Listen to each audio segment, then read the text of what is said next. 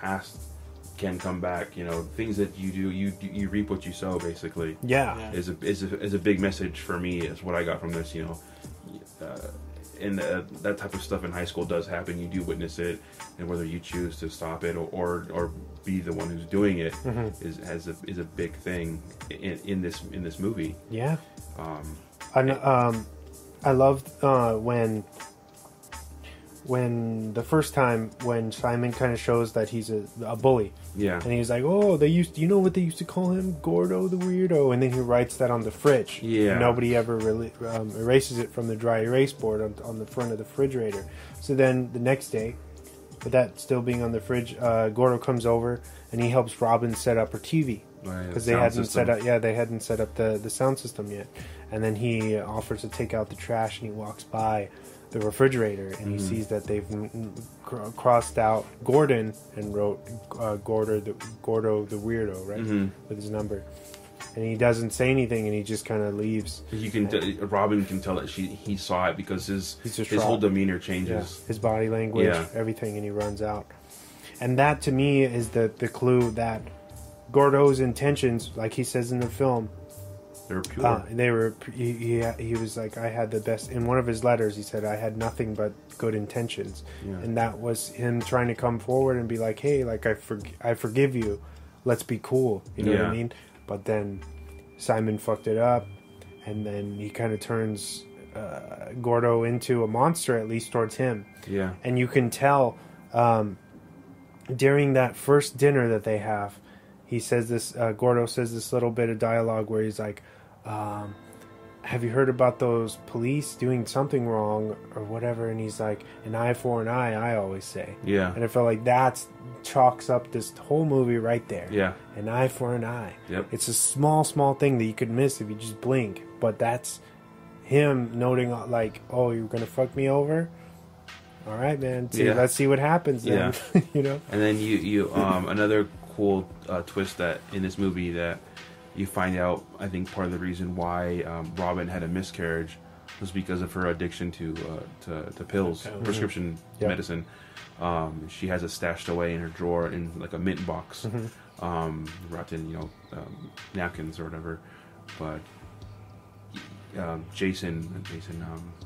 Simon thinks that part of the reason why she's kind of being so paranoid and kind of strung out is because of he thinks she's back on popping pills and mixing it with other things like alcohol or whatever other drugs she might have been taking back in Chicago. But it's really I feel like the anxiety of she can't fathom what's going on between Gordo and like the relationship, the strained relationship. Yeah. It's like all his gifts and everything and this strenuous things that are going on between him, it's like ripping their marriage apart. Yeah, because she's like, you can tell she really believes that he's a nice guy, he's a good guy, he's giving us gifts for no reason, setting up our TV, and you're just an asshole to him. You don't want to be his friend. You're just brushing off these nice things and being like, oh, this guy's a fucking weirdo. Yeah, they go to his dinner, and it's like Gordo gives him another chance.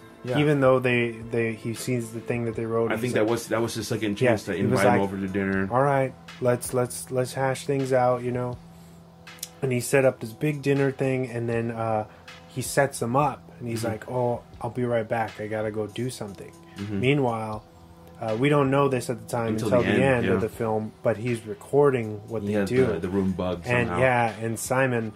He does some despicable stuff. Oh yeah, yeah. Where he's like impersonating Gordo. Yeah, and he's like, "Oh, my little wee wee." And he puts his finger through his zipper hole. Yeah, that was.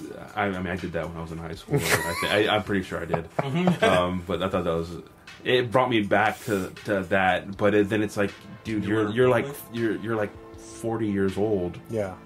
Why still in this mentality, and you're doing this? I'm like, you haven't changed. Yeah, not at all. And you can just see how disgusted Robin is. She's like, yeah, she's like, oh, you're disgusting. Stop. And then and that's a big thing of why she's halfway through the movie, why she's like stressing out, freaking out. She's like, you need to apologize to him.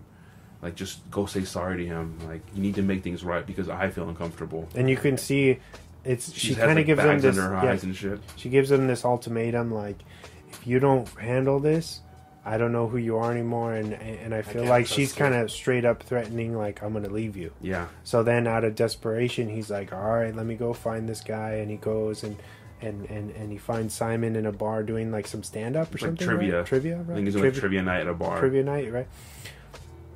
And so he goes around the back of the bar and kind of confronts Gordo after he's had a couple drinks. Well, yeah, he's a little. Simon's a little drunk. And he's like, hey, you know, Robin. He makes the mistake of saying Robin wanted me to come, to apologize to you. And he goes, oh, so you're here because your wife wanted you to, not because you want to. And he's like, hey, listen, man. He's like, I'm here because I want to be. Because I'm here. I think that was like, I was like, man, you're forcing this guy to take your apology. You're shitty apology. Trying to. Yeah. He's like, well, he's like, apology. So he's like, so what? He's like, do you accept my apology? Are you going to accept it? And he's like, no, that it's too late.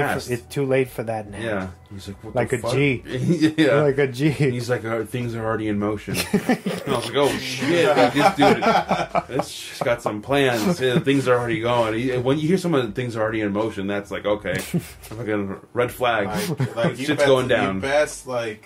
You better upgrade your security in your house or something. Change the locks now. I'm trying to say I'm sorry, my knees, dog. Like, but then he's an asshole about it. Gordo's trying to load up his car with his trivia stuff, his cards. He grabs a cart, flings that shit across the parking lot, all the paper, and he goes to pick it up, and Simon kicks him onto the ground like an asshole. Yeah. That whole scene made me feel so uncomfortable. It's just, I was like, oh, like, this guy he's trying to be so nice to you. Yeah. And you're being an asshole and you're drunk. Still picking on him. Still. Yeah. And your whole purpose was to go there and make squash it. Yeah. And he's doing the total opposite. And then he puts all of his weight onto his face and pushes it into the cement. And you can hear like he's like whimpering, he's like crying basically. He's like, okay, stop. And it's just like, it was like a horrible scene to watch. And that happens in real life all the time. They're still adult bullies. Yeah. It sucks. And then, to make matters worse, he goes back home to Robin and pretends that it all went fine. He's like, yeah, everything was great, Yeah, you seem so appreciative. Yeah, I was like, oh my god. Yeah, it was like, wow, scumbag. Alert. Yeah. And then, what happens after that? He gets the promotion. Mm-hmm. And Robin then gets pregnant. Yeah, Robin gets pregnant. He gets the promotion. They're having this big celebration dinner. And then you hear a huge bang outside. And you're like, what the fuck? And I really did think, I was like, oh, like this is he's getting back now. He's gonna kill all of them or something. And then you find out that they break the sliding door. Someone breaks the sliding door with a rock. And somebody runs away, and they set you up to think it's Gordo. Yeah. When it's really an agitated former coworker. Yeah, it's the guy who Simon beat out for the promotion, and that guy ended up losing his job because of the lies. Yeah, and he's like, I know you forged those emails to me, and it made me look, bad and everything like that. And he was like, what? Like, he was shocked, but then he's like, I gotta play it out. Like, I don't know what he's talking about. And then you even see the guy who he was giving his job to from Simon, and you can see him kind of be like, "Oh shit!" Like, what did you do? Yeah, what did you do? But he doesn't say that before it even gets to that point of him confronting Simon.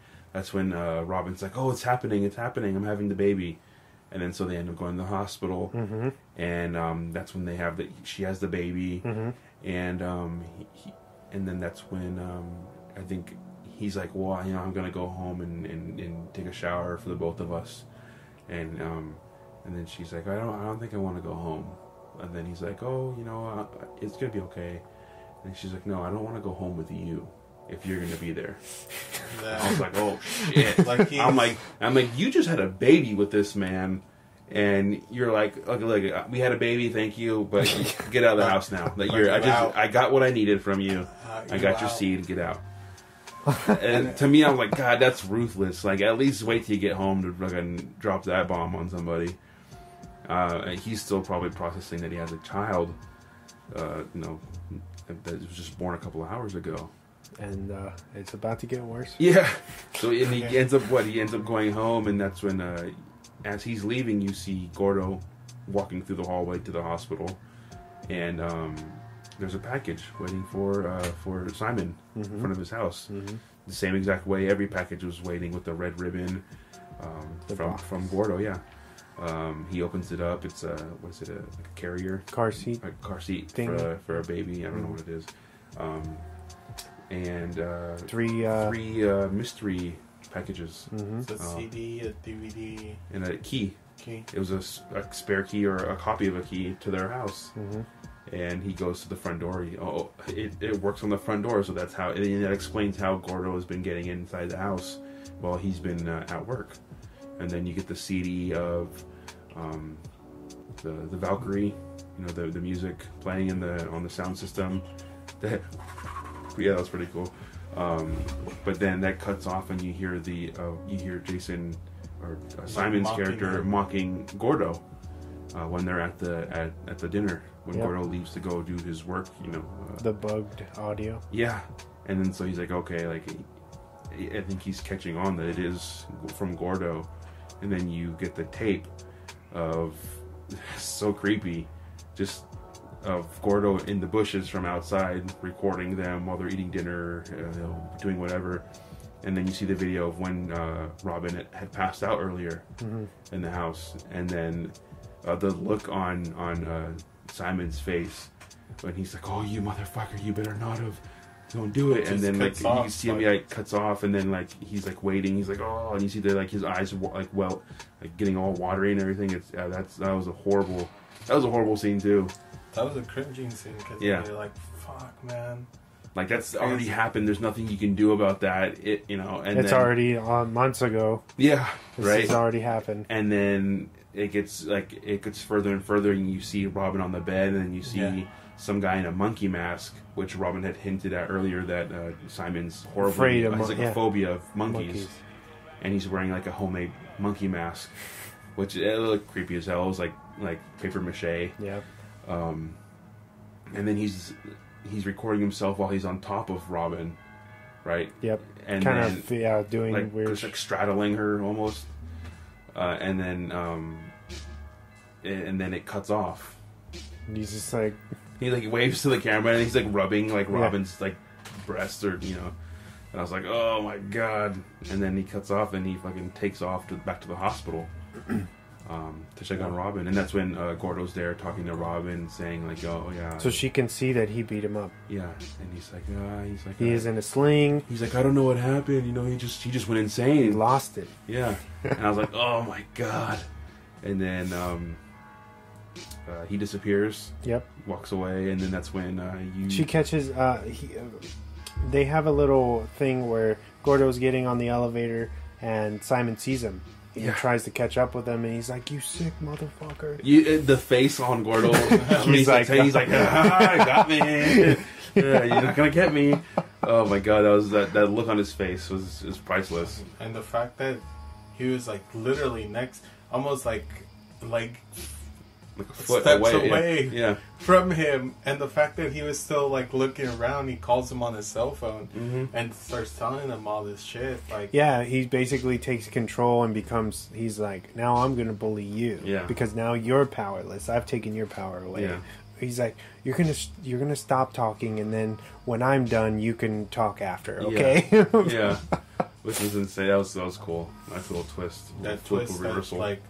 Where it's like role reversal. This entire time he was assertive, and he was giving Simon the power to be a better person, and so he fails and he fails and he fails, and he's like, "This is who I am now," And then you get to meet the full potential of what Gordo is able to do.